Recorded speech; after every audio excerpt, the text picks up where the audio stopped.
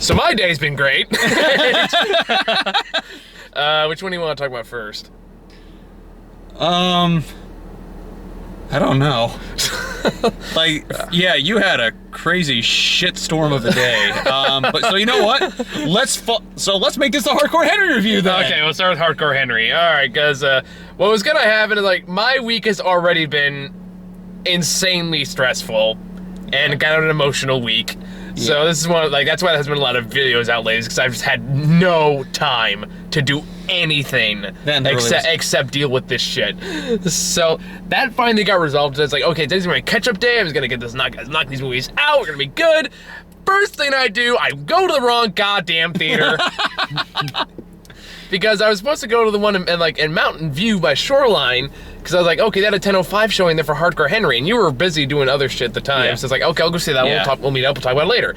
But I went to the Great Mall instead, forgetting because Great Mall usually has the earlier show times. So my first instinct was to go there. Not really. They're usually 10. They're usually early, 10:30ish, give or take. And actually, we've been there plenty of times. All the shows at times we've gone to there are 10 a.m. It's the earliest show time in the Bay Area. Yeah. Or at least by where we live. But anywho, so I went there and I realized, shit, their Hardcore Henry showtime started at 9:35. So I showed there at 10. Oh, so they were the earliest. Yeah. Just too early, because I get there, I'm fuck, okay, crap, and I'm probably missing the movie, and it's too late to go to Mountain View now, because okay, what am I gonna do? And I tried just buying a ticket for the 9:35, but the woman wouldn't sell me the goddamn ticket. She's oh no, it's past 20 minutes, we only moved start time. I was can you just get me a ticket to another movie so I can just walk into this one? He goes, ooh, sorry, we really don't recommend doing that. I was fine, give me one ticket for this other movie that started at 10:30. And then when she wasn't looking, I just walked over to the other theater. Because I was shit, the theater's on the other side. Okay, she already knows my idea, so she's gonna be watching me. I'm gonna wait till her customer walks up and talks to her, then I'm gonna run to the other side. Yeah. And that worked out. I walked in and with homeless Jimmy. Yeah, you missed, you didn't miss too much. Basically, it starts off with a weird flashback of Henry, in which I heard he got bullied or something. The robot toy that kept popping back up. Yeah. So they basically, which they did show the exact same clip later, and then it just opens with just what's his face, Tim Roth walking and was you little pussy, which they eventually. That's what Tim Roth was doing there. Yeah. And then they explain, then of course they extend that scene later in the end. That was such a cop-out. Knowing that what you told me now, just that extend out scene sounds like a cop-out. Yeah. It's it seems he's a whiner, he's a loser. That's exactly what they used to say to me when I was a kid. It's oh, fuck off. Yeah. No one would ever phrase it that way. But anyway, so Hardcore Henry, it's a good movie. It's not good, but it is fun. Yeah, it's exactly what you would think a movie like this would be. With one addition that makes it all magical. Jimmy. Sholto Copley is Jimmy. He makes this movie for me. I honestly, worth the ticket price alone. Where's all the hassle just to watch? What's his actor's name again? Sholto Copley. I'm just gonna call him Jimmy. Jimmy just have the time of his goddamn life, doing whatever the fuck he wanted to do that day. Oh my god, it's fucking amazing. Every time he's on screen, it's this is amazing. I love this so much. Yeah. In fact, I kind of felt that about all the performances are so ridiculously cheesy and over, total 80s. Total 80s through and through. This thing is basically a first-person shooter come to life. It's Blood Dragon come to life. Yeah. Because even the main villain is so ridiculously hamming over the top, and I was I want to hear what the director was saying to these actors before they started directing, because I just imagine going, hey guys, you're talking about his characters and motivation thing. Don't worry about that. Yeah. Shoot for the fucking moon. Yeah, pretty much. And that's exactly what they did. I'm pretty sure that is what they said. Because, the movie is, usually it's ridiculous in the best way possible. Mm-hmm. And sometimes the action gets it has its highs and lows, but thankfully the highs outweigh the lows. Obviously the whole thing's modeled to be a video game. Yeah. It's pretty obvious that's what they're going for. Yeah. Problem is, even by video game standards, I got annoyed, especially during the foot run chase scene. About halfway through when he's chasing what's his name to get his heart. Yeah, that happened too. But then I kind of got rejuvenated once that girl got or that one woman got thrown down in the escalator. I was oh! That's true. That got me too. I'm not gonna lie. And But I then- feel like I just couldn't see what the fuck was happening. So I was like, "Hey guys, you know what video games don't have shaky cam?" Not anymore, they don't. Yeah. Yeah. Did they have shaky cam before? No, I just remember they had like that weird weave thing. Oh, true. That's true. They did used to have that. But But, even that was like yeah. you can still see what the hell's going There on. were 2 games I could think of that actually had shaky cam. What? Resident Evil Dark Side Chronicles and Kane and Lynch 2 Dog Days. Oh yeah, Game Lynch 2 wasn't very good, wasn't it? People had issues with that one. Oh my, controversy with that game. But anywho, but yeah, I mean the movie's pretty bare bones. Yeah. It's not trying to be anything more. Like Yeah. honestly, it just feels like an 80s action romp that Yeah. happens to take place in first person. Yeah, like it's literally just all about the set pieces and the action in this thing, which And Jimmy. God damn it, Yeah. I love Jimmy so much in this movie. Because like here is a character named Jimmy. I guess he's kind of like, since the main character in this movie doesn't talk, because apparently his like vocal cords got cut out because he took. yeah, basically Like the concept of this movie is that a guy wakes up with amnesia, finds out he's basically majority robot. He's basically RoboCop, yeah. and So then what- some telekinetic. What's Yeah. telekinetic Yeah. guy breaks in, takes what he believes to be his wife. Spoiler.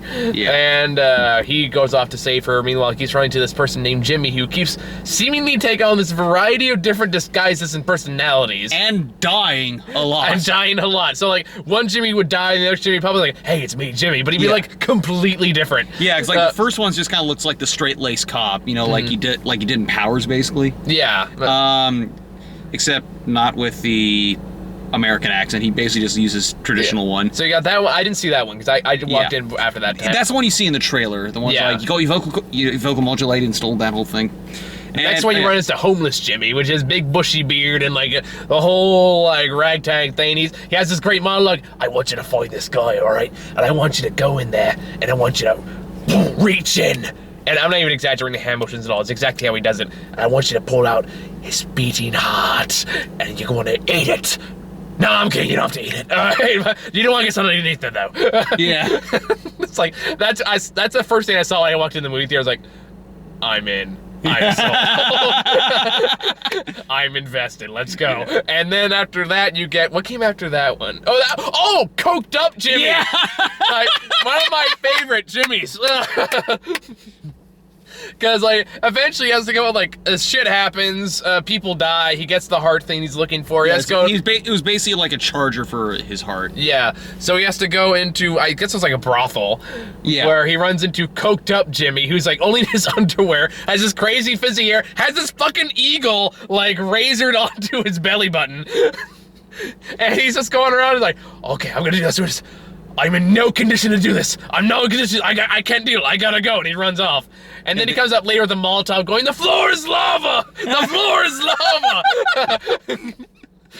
Just coked up, running around like in his underwear, shooting things with machine guns. After the whole- gas. Oh, of course, in the like not being safe to do anything, you suddenly get like super prim, proper prep Jimmy. Which one was that one? That's why he's like in the vest and like the slacks and everything. He's like really proper. It's like, oh, I'm so sorry. That you Oh, gotta go." yeah. Yeah, like the scientist Jimmy. Yeah, it's like you're supposed to be here like I this. want an entire movie with these Jimmies. Like, they were easily like the highlight of the movie. They were. Because like that's why I was, okay, big spoiler alert. That's why I was so disappointed when Jimmy died towards the end. I was like, fuck, you killed the only character I was rooting for. I don't care about Henry, he doesn't say anything. They still gave him a lot of personality via his. Sure, they did. Yeah. To an extent, as much as you could with that kind of thing. I'm still kind of laughing at the thing where he's like trying to break loose in the subway though. He's just like trying to get the change of clothes. Oh yeah, when he takes And the just like clothes up the. and like this one woman's just like staring at him. I didn't see that. But, Oh my god, it was okay. I thought that happened like right after. no, like, it did. I probably just missed it. Maybe it happened before the homeless thing. Maybe, 'Cause I know the part where he stole the clothes. No, okay, then that was the right part. But basically, yeah, there's some part where like he's trying to. No, this is a different one. Okay. I think because there's a part where like he's running through the subway, like dealing with Metro Police. At some point, he's like he locks himself in a like this shop. And he's getting changed, like in the middle of it. He just looks over, he sees like some woman just like staring at him, like really awkwardly. Okay, I didn't see that part. That must have been before I Yeah. walked in. And then it's just like, oh god. I mean, like the whole thing. He's like trying to get his wife from this this telekinetic douchebag kind of character with like contact lenses. And bleached hair Tommy Wiseau is the best way to put it. Yeah, he was kind of playing like Tommy Wiseau, especially when after they get after the whole coke scene, he runs into hippie Jimmy, which is also a lot of fun. Which I gotta admit, this must have been the most fun fucking role to play. Like, I can imagine a character this I would sign up for in a fucking heartbeat. So I'm gonna suggest them. You want to play a whole bunch of Jimmy, but each one's a stereotype. If you don't get the same voice you want, you gotta act really shitty and crazy. It's like, fuck yeah, I'm in. Let's do this.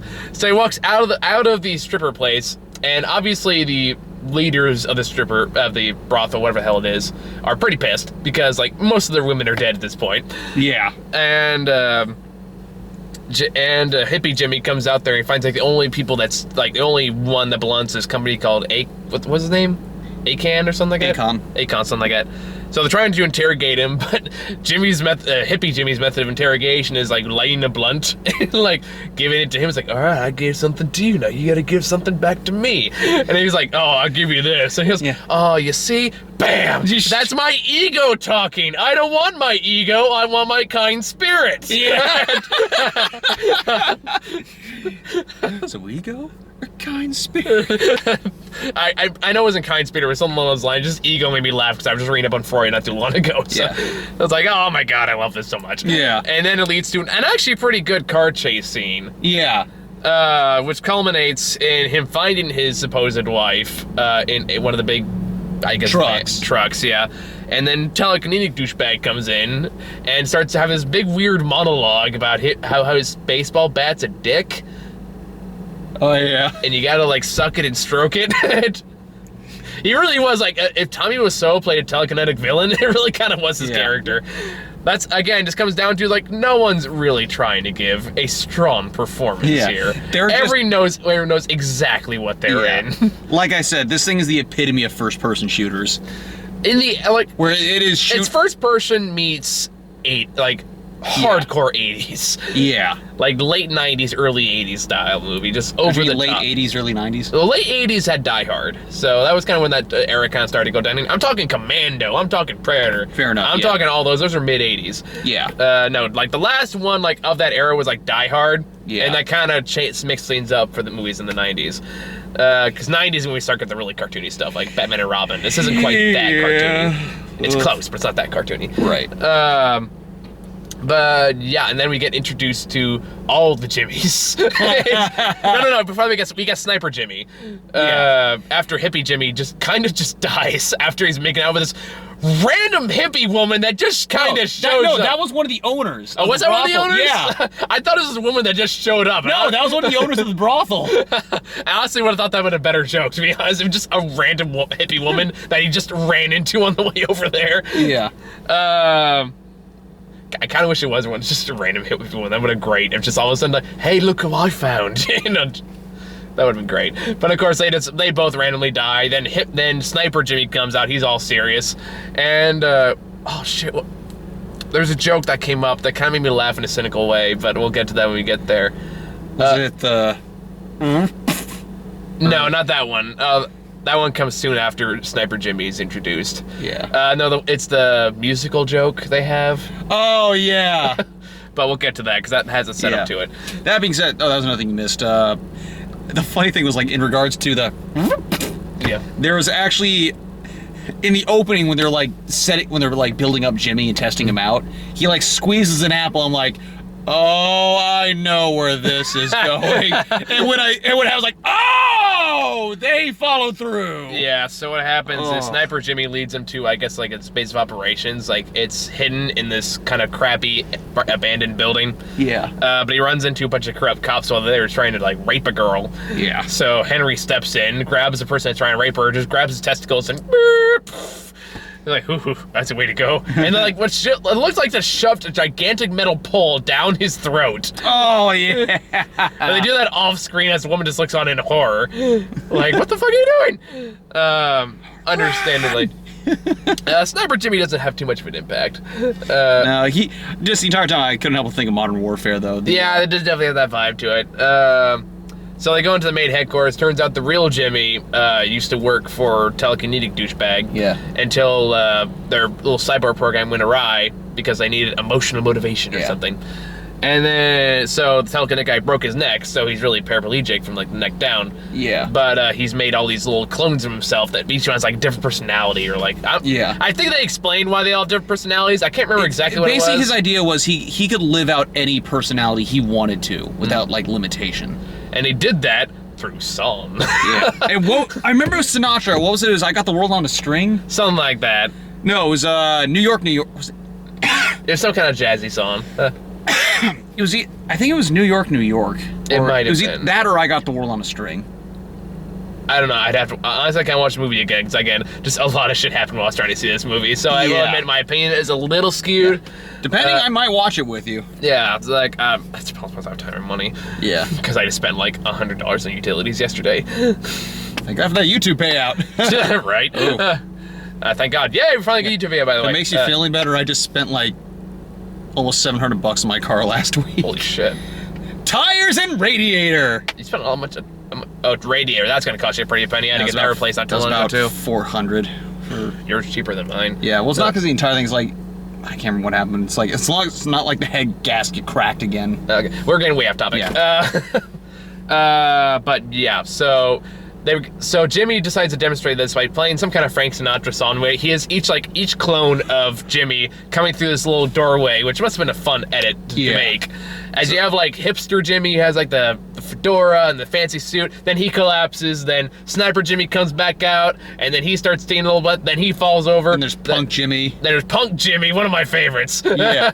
Oh, that was great. Just Punk Jimmy, gigantic fucking fuck all off home. He's just like mohawk. He's like screaming at the top of his lungs. It's like he's Sid Vicious. It's like, oh my God. And then there was Preppy Jimmy. Which one's Preppy Jimmy? The one they said was like the scientist. Oh, Scientist Jimmy. Okay. And then after all that big demonstration, turns out, oh no, looks like Henry has a computer in his, like a camera in his brain. So they're trying to. Oh, by the way, great visual gag with a loose eye. Whenever like an eye becomes loose, they have like a little extra camera going on to pop the eye back in. I thought that was clever. Yeah. Even though they exaggerate at the very end. Oh yes. See, I saw that part. But anywho, so all that shit happens, and they get followed, and they get introduced again to another one of my favorite Jimmys, English Soldier Jimmy. Oh yes, that was the other one that was in there, I think. Yeah, I think that was the last main one they introduced. And like that was definitely a throwback to Call of Duty. That was basically just like the old like Call of Duty 2 and 3. Actually, when they I noticed when this movie got made, I think it was a Kickstarter. But it started out with like a 5-minute video, and this is the one they used for that video. Because I remember seeing that video on YouTube a while back, and a lot of the fight scene that happens in that building is the same fight scene. Right. Except I think they added Jimmy in the wheelchair in the elevator. Because I don't think that was there. I don't think that was there at the time. Maybe it was. I don't know. I don't think so though. Because I don't think that thought that far ahead. Yeah. But that was this old school British, like, oh, tally-ho. Yeah. Hey, we gotta blow this up now. All right. Whoa, there it goes. You know, that kind of stuff. I don't know why. That gets me every time. It's just hearing this, like, prim and proper guy just laying the smack down on everyone with, like, his freaking, like, Sten machine gun. Oh, no, that one's mine. It's like, no, not that one. That one's mine. Or even, like, it says, if you can't see them, you can throw a grenade down there. Yeah. Like, this old English, almost like out of the 1940s, almost. And I don't know why. That cliche works for me every time. Yeah. But then that all leads up to them going to the main building where the telekinetic villain is. Turns out, oh, big shock. A woman that acts like his wife is not really his wife. Who could have possibly seen that coming? Yeah. I mean, this is not a hard movie to predict. Yeah. Just because it's hardcore does not mean it's hard. Yeah. Unfortunately, like, there's a big fight scene where, like, a whole bunch of, like, other robo people come out to fight Henry, and this is the part where Big Situation 2 came into play. Yeah. We're right in the middle of the scene. I get a frantic phone call from a friend of mine. I don't want to go into the details out of respect, but we did have to get police involved. So I gotta quickly call that. It's like, okay, meet me here at this. And that took, like, I missed the entire fight scene up until the Queen song played. That's when the adrenaline kicked. Yeah, in all fairness, like I said, the fight before that did kind of drag on a bit. Just kind of like, it felt a little bit too soon. But yeah, once Queen kicked in, I was like, yes, I'm back! Yeah, so like that was like, when I was like, oh shit, okay. So again, like, if I seem a little frazzled with this review and I don't have like a clear-cut opinion, that's kind of why I keep that in mind. I've been through a lot of shit this week, and today is no exception, apparently. Yep. Thankfully, my friend's okay, in case you guys are wondering. Hooray! Thank God. Thank God. Yeah. Because I almost left immediately. It's like, okay, give me like 15 minutes, I'll be there. And then it's like, no, it's okay, you got time. You can go finish whatever you're doing. It's like, okay. Yeah. All right, sure, okay. So I got to see the next part, which was the Queen song plays as he injects adrenaline to himself, then kicks all kinds of ass. Yeah. And then just kind of gets over the whole guy has telekinetic powers thing. Yeah. Kind of sporadically. Like, all of a sudden, like, the entire time he's like, the telekinetic, like, throwing him like a fucking rag doll. Yeah. And all of a sudden he goes, oh, I'm immune to it now. Yeah, well, not less immune, more just like, fuck it, willpower! Yeah, I guess. That's kind of, I was like, okay, whatever, it's video game rules. Yeah.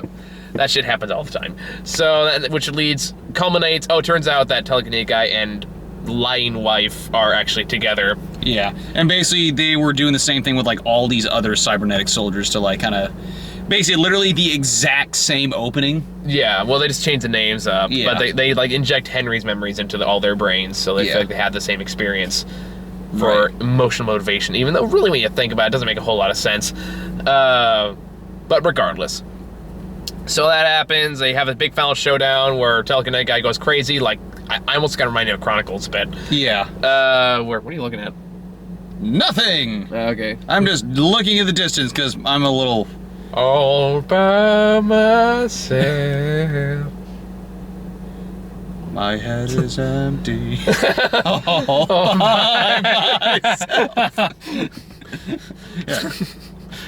And what is it? One glorious instant, his IQ drops to 0. Anywho. Save that for the next review. Yeah. So, anyways, telekinetic goes crazy. He starts doing, like, everything starts floating up in the air. So Henry does, like, that does the video game thing where they jump from body to body. Yeah. And then proceeds to take out his eye, wrap it around. Henry's own eye. Wrap it around telekinetic douchebag's face, and then pull. Like, it just cuts his head in half, and it was glorious. It's just like, oh, Jesus. And then girlfriend and angry lying wife woman is like, why did you do that? And then he proceeds to kick her out of a plane and then slam the door on her. Oh yeah, no, before the final words, look in your heart, Henry! Your heart will tell you what's right! Because she's hanging outside of a helicopter, it's worth noting. So he looks at the helicopter door and just goes, boom. Listen to your heart, that's what she said. Yeah, listen to your heart. Just boom, slams the door, credits. It's exactly what you expect. It's like, that's a movie. It's pretty straightforward. It's nothing phenomenal. It is a little gimmicky. Yeah, it's like, Emily, the first person thing was a double-edged sword. Like, on the one hand, the action, it's like, it's not really the fact that the action itself is spectacular. It's, like, some of it is, but it's like, how would not doing it in first person have made it any different?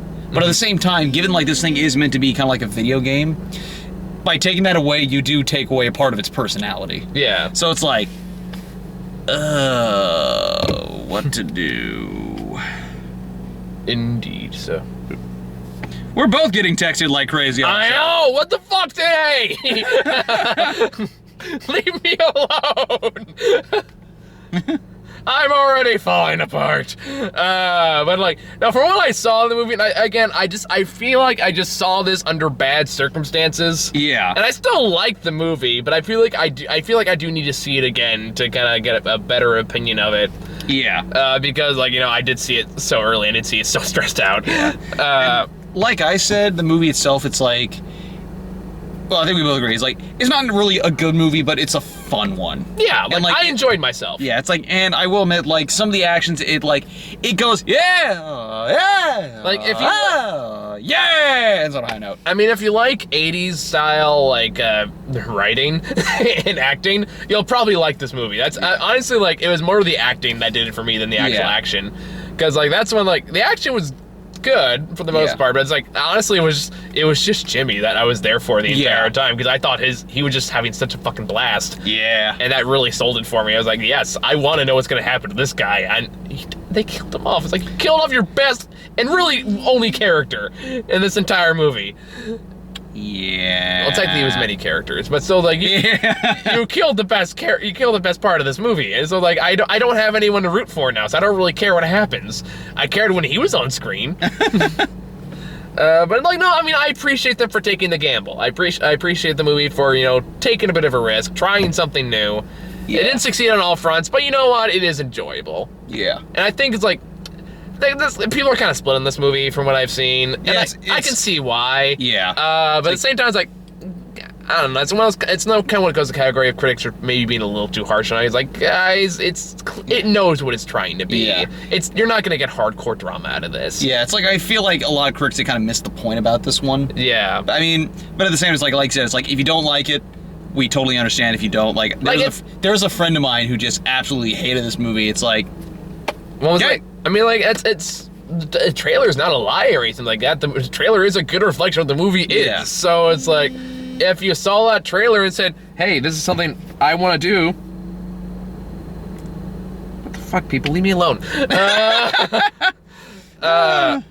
But anyway, what was I gonna say? Oh, yeah. So it's like, if you like the trailer and go, hey, this is something I would like, or if you watch it and go, ooh, that does not appeal to me at all. You're right. That's exactly what you're gonna get from this. If you watch the trailer and go, that's gonna give you motion sickness, you're also probably right. I'm like the one jackass that's like, I'm good. Well, you're also was in every other regard, so Huh? I'm kidding. You're fine. You're a beautiful man. That's a line, you know it. I'm a 6 at best. Which is the British 10.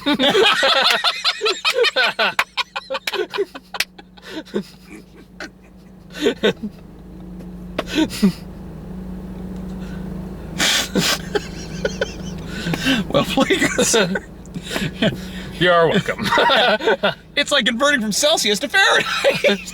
Oh. Oh. Oh, I didn't want to get that joke. I thought you just made a horrible Fahrenheit reference. I was like, wow, that's kind of dark joke, man. Wait, what? I was thinking like Fahrenheit, you know, as in the planes, but never mind, forget it. Don't worry about it. Don't worry your pretty little British head. Mostly Irish, but okay. Well, in Irish case, you're into 12. Hooray! Yay! I've met Scottish people. They're not pretty. Or at least, or I take it back. There's only one person. There's a coworker I had of mine, guy named Jimmy. He was such a stereotype.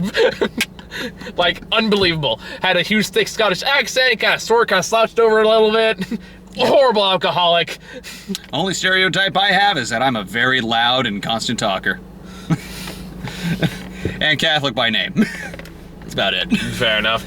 I mean, like, I can't think of a whole lot else to talk about. I think it's one of those movies, like, if you're going into it expecting whatever you're going to expect out of it, you're pretty much going to get it. Yep. Exactly. So, yeah. You ready to talk about Boss now? Yeah. We'll be back with Boss.